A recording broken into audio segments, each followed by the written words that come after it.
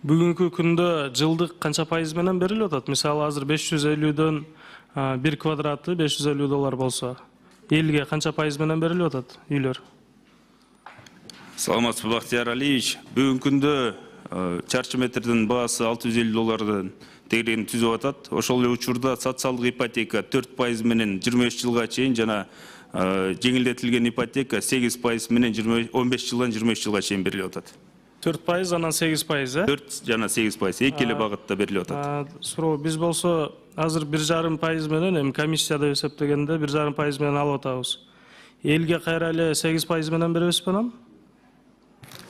Алгачкы курулган имараттар жана турак жайлар бүгүнкү күндө бул ратификациядан өткөн каражаттын алкагында 4% менен берилет деп пландаштырып атабыз. Азыр мынау исламдык принциптер менен, шарият принципи менен алып туруп, анан элге кайра биз пайыз кошуп коюп атабызбы?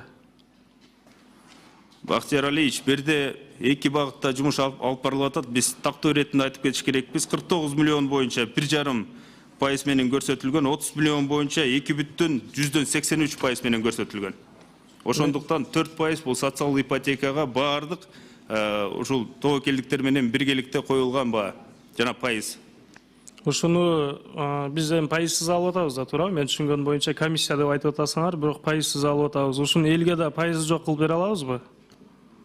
Бул каражатты биз алганда кошумча нарк менен алып атабыз, бирок эки багытта беребиз. $70,3 миллион бул турак жайларды куруу багытында берилет. Ал турак жайлар курулуп бүткөндөн кийин 4% менен берилет.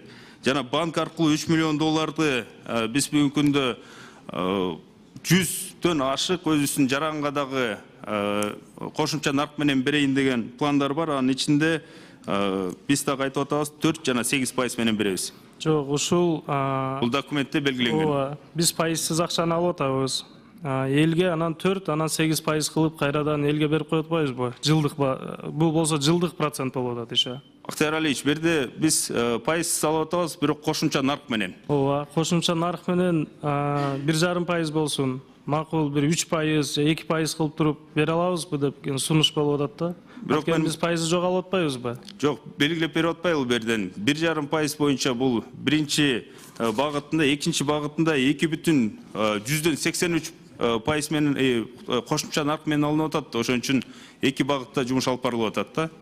Ушул келген каражаттарды элибизге ошол 8%дан эмес, макул 2,83 болуп атат, 3% менен элге берүүгө шарт түзсөк болобу ушул келген каражатка? Анткени бул пайызы жок акча болуп атат. Банкынан доллар менен алып атабыз, бирок өзү кредиттери сом менен берип атабыз.